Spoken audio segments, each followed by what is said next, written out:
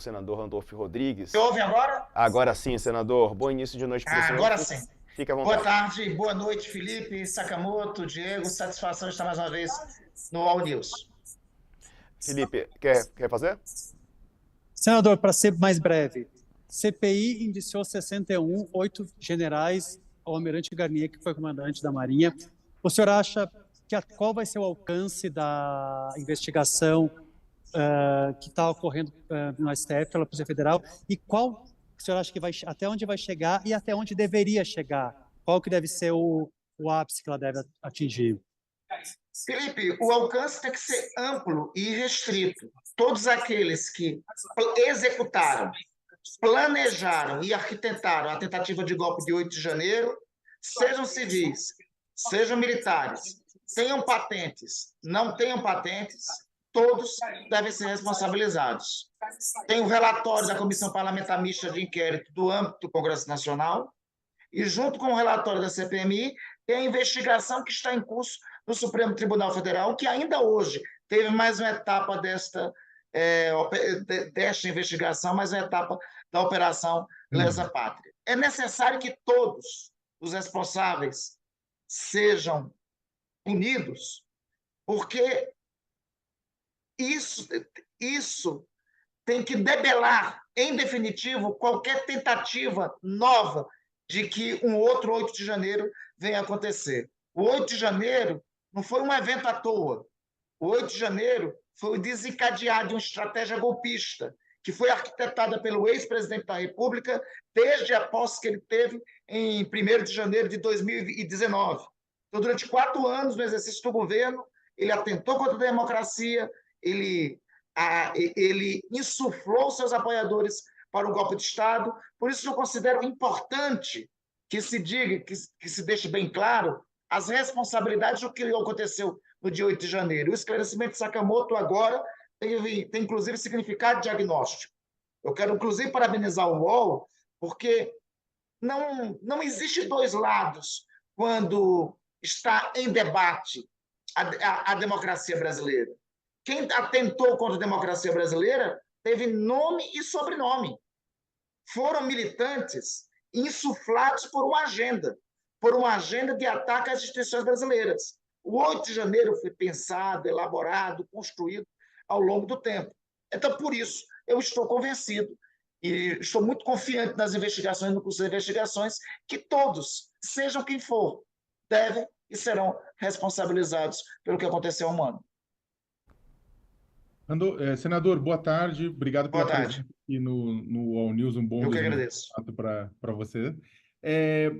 Com relação ao Senado Federal, a gente teve antes do ato agora do 8 de janeiro, teve a publicação por parte da oposição de um documento, né, fazendo críticas ao ato, fazendo críticas ao evento, né, de celebração da data, celebração no intuito de memória, né, da data, e numa tentativa exatamente com os mesmos argumentos que foram usados lá atrás, na época de instalação da CPI, né, com relação, olha, aquilo não foi uma tentativa de um golpe de Estado e tudo isso mais. Existe alguma... Como é que está sendo travado, né, no Congresso Nacional a tentativa de normalizar o que aconteceu? O senhor acabou de falar um pouco disso, a gente estava conversando, mas a gente está muito preocupado com relação a essa tentativa de normalizar, de tentar passar um pano, tentar falar, não foi bem aquilo.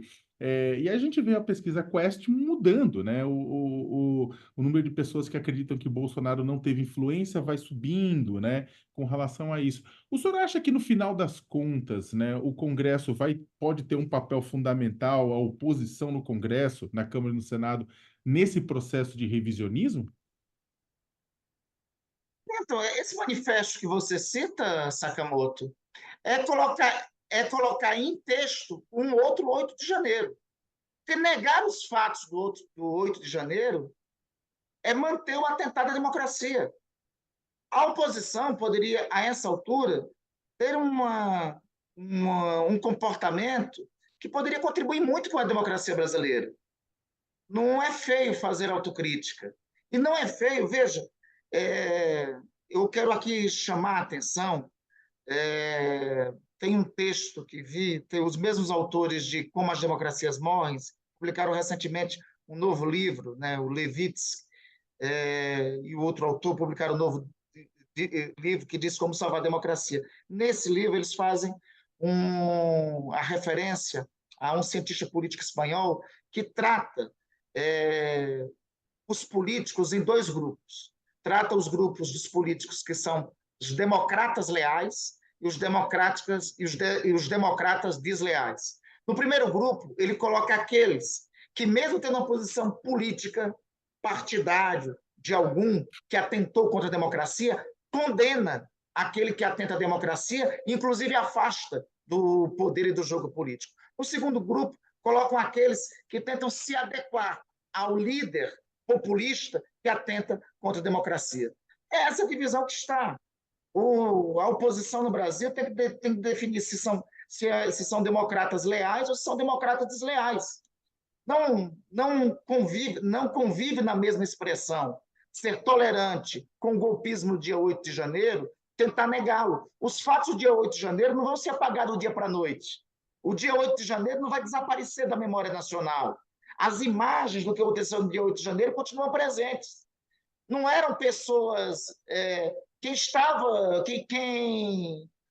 invadiu esse tapete verde aí que o Felipe está, quem invadiu aquele salão negro que nós estávamos até ainda há pouco neste ato, eram pessoas vestidas de verde e amarelo, que inclusive conspurcam as cores nacionais naquele momento se vestindo assim. Eles estavam acampados em frente a um quartel do Exército.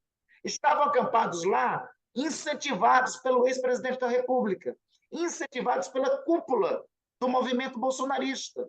Então, o que pretende a oposição? Apagar da memória nacional o 8 de janeiro? Isso não ocorre. A melhor forma da oposição se comportar nesse momento é condenando o 8 de janeiro. Condenando o 8 de janeiro, quem praticou, e reafirmando o compromisso democrático. O ato de hoje não foi um ato partidário. O ato que ocorreu ainda há pouco no Salão Negro, nós vimos lá os líderes dos três poderes da República, o presidente do Congresso Nacional, o presidente do Supremo Tribunal Federal, os ministros do Supremo Tribunal Federal não são partidários. A Suprema Corte ela foi ofendida não pela Constituição, foi ofendida pelo valor que a Suprema Corte tem para a democracia. Então, a ausência de líderes da oposição nesse evento me parece lamentável, é algo a se lamentar, e mostra o pouco caso que esses, lamentavelmente, fazem para com a democracia brasileira. Não tem como, Sakamoto, Felipe e Diego, não tem como apagar o que ocorreu. Não tem como apagar os eventos. Nós se tem que, à luz dos eventos, fazer a crítica aos eventos. Veja, nós não podemos, o nosso compromisso com a democracia não pode ser meia boca. Não existe democrata meia boca.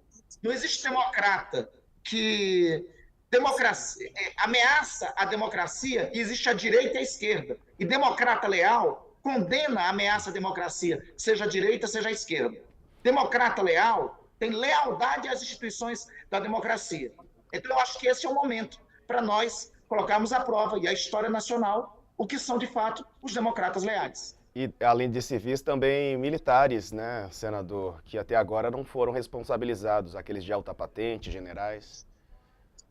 Não foram responsabilizados, Diego, mas eu estou confiante no curso das investigações. Veja, na CPMI do Congresso Nacional, indiciou pelo menos 10 membros das Forças Armadas. O próprio ministro Alexandre de Moraes, que conduz as investigações, disse que todos aqueles responsáveis pelos atos de 8 de janeiro, sejam civis ou militares, serão alcançados pela mão da justiça. Hoje, como já disse, teve uma das fases da Operação Lesa Pátria.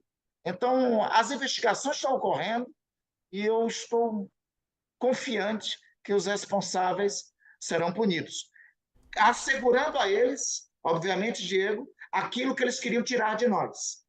Porque se o golpe tivesse sido executado, a Constituição teria sido conspurcada, e toda vez que golpistas atuam, o primeiro artigo da Constituição que é derrotado é o artigo 5º, que assegura os direitos à ampla defesa e contraditório. Então, a todos, sobre a regra da democracia, deve ser garantido os direitos de ampla defesa e contraditórios, mas, convenhamos, união nacional e pacificação nacional, como foi dito, inclusive, no ato ainda há pouco, não combina e não coincide com impunidade.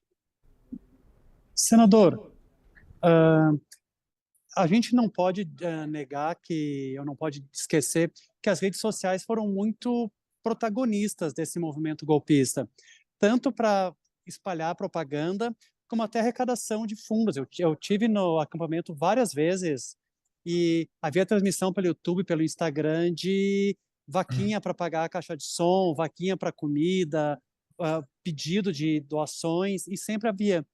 E foi tentado fazer uma regulação das redes sociais. O senhor acha que vai conseguir fazer? E qual que é o tamanho de limitar esse espalhamento, essa divulgação dessas ideias nas redes sociais para proteger a democracia? Qual que é a importância? Felipe, este foi, inclusive, você acompanhou o ato ainda há pouco, né? Esse foi um dos clamores expressos no ato de ainda há pouco. Na palavra do próprio presidente da República, do ministro Alexandre de Moraes. Eu acho que o Congresso tem que voltar a se debruçar sobre o projeto que regula, aliás, que proíbe fake news, que está em debate na Câmara dos Deputados, para a sua rápida apreciação. E o limite de regulação disso é o limite da nossa vida, é o limite da vida real. É simples, Felipe, Sakamoto e Diego. O que é proibido na vida real, material, não pode ser permitido na vida virtual. Você não pode, na vida real, eu não posso difamar o Sakamoto, atacar, ofender o Felipe, então não posso fazer a mesma coisa também na vida virtual, nas redes sociais. Ora, se na vida real eu não posso sair por aí atentando contra o Estado Democrático de Direito, pregando a abolição violenta do Estado Democrático de Direito, se isso é crime, eu não posso fazer isso também nas redes sociais. As plataformas têm que devidamente serem todas responsabilizadas sobre isso. Então, eu acho que entra na agenda parlamentar deste ano a apreciação do projeto de fake news que encontra-se na Câmara dos Deputados. Feito. Ouvimos aqui o líder do governo no Congresso, o senador Randolfo Rodrigues. Senador, obrigado por nos atender, tá bom? Uma ótima semana. Diego, satisfação toda minha. Sakamoto, sempre uma satisfação estar contigo, com você também, Felipe. Uma noite abençoada para todos. E 8 de janeiro sempre lembrado, para que não se esqueça, para que nunca mais aconteça. Tá certo. Obrigado, Felipe. Um abraço para você também. Um abraço, valeu, obrigado. Sakamoto, vamos dar uma olhada na reportagem. O pessoal vai abrir aqui a reportagem